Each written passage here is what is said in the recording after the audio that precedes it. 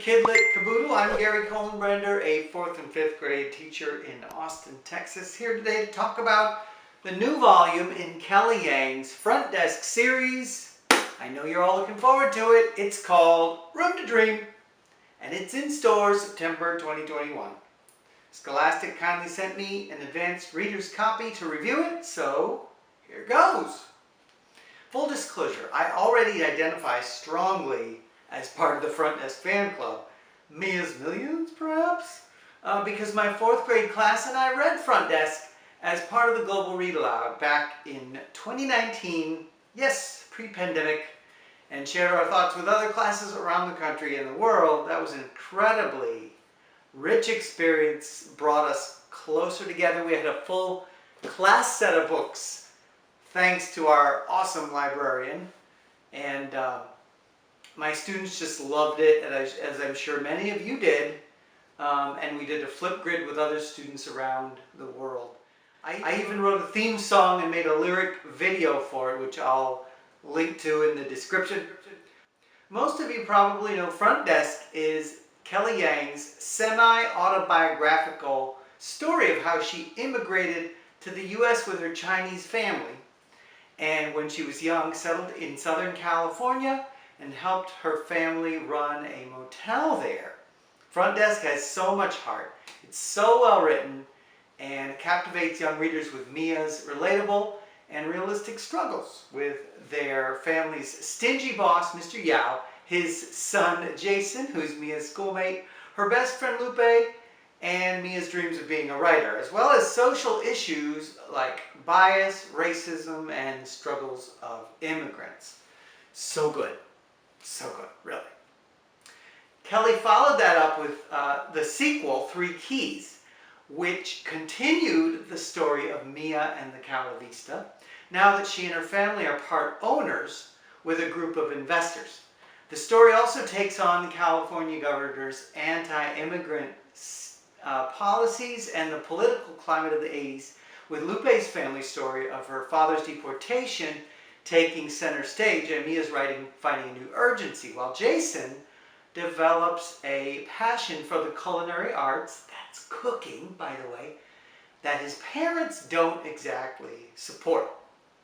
Now, Kelly's made Front Desk a trilogy, with the 3rd volume, Room to Dream. Oh. So, Room to Dream is so good, I don't even know where to start. There are a lot of major plot threads that come full circle.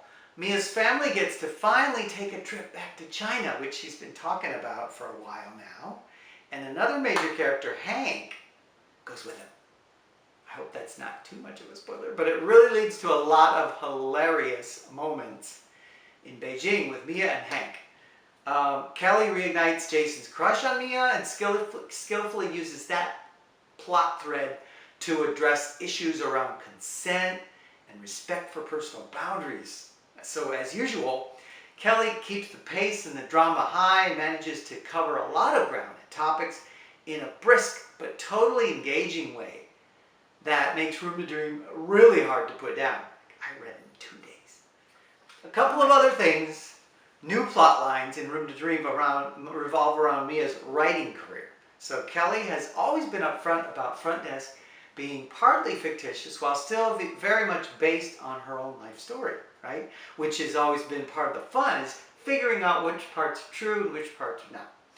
Well, in Room to Dream, we learn about another juicy part of Kelly's real life story that has to do with her writing career. I'm not going to tell you any more than that, but it has something to do with her writing career, and she includes an afterword for the reader explaining how that all went down in her life.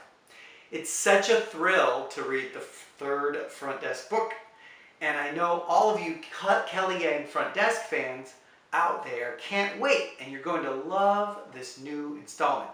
It comes out in September, right in time for the new school year, but if you are new to the series, I really encourage you to start with Front Desk, because reading from the start helps you appreciate where the characters end up in Room to Dream. That much more, since you'll know where their stories began and how they developed. Above all, I'm just thrilled, as I know Kelly Yang is, and thousands and maybe millions of teachers are, that so many young readers will feel empowered by this series to reach for their dreams and develop greater empathy for those around them, no matter their cultural background. If you enjoyed this video, please do like and subscribe for more, and let me know in the comments what you love about the Front Desk series and what other mid-grade lit books you'd like for me to talk about on this channel.